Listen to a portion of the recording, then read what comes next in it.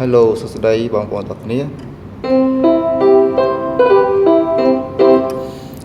ដូចជាពីវីដេអូហើយខ្ញុំបង្ហាញអំពី chromatic scale ក៏ដូចជាហៅឈ្មោះ key ហើយឥឡូវអញ្ចឹងយើងហៅឈ្មោះ key ប៉ុន្តែយើងបញ្ចេញសំឡេងដែរណាគឺថា C E G ចឹងដល់ពេលយើងចាប់ chord មកយើងហៅជាសំឡេងផងយើងហៅជាឈ្មោះផង C E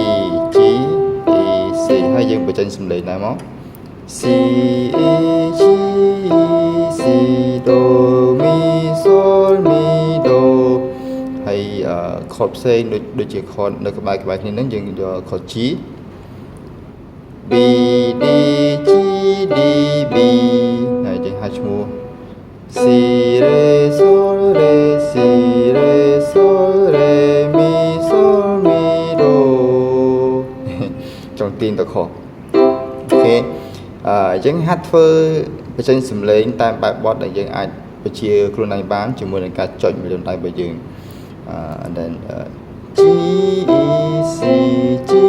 E C G D B G D B G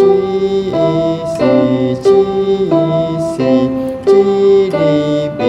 G D B G E G E C អូខេប្រហែលជាយើងធ្វើតបងរៀងពិបាកបន្តិចនៅក្នុងការដែលបញ្ចេញសំឡេងប៉ុន្តែដល់ពេលយើងធ្វើយូរច្រើនមែនតើទៅគឺខួរក្បាលរបស់យើងអាចរៀន note ដែលយើងនឹងចុចបាន A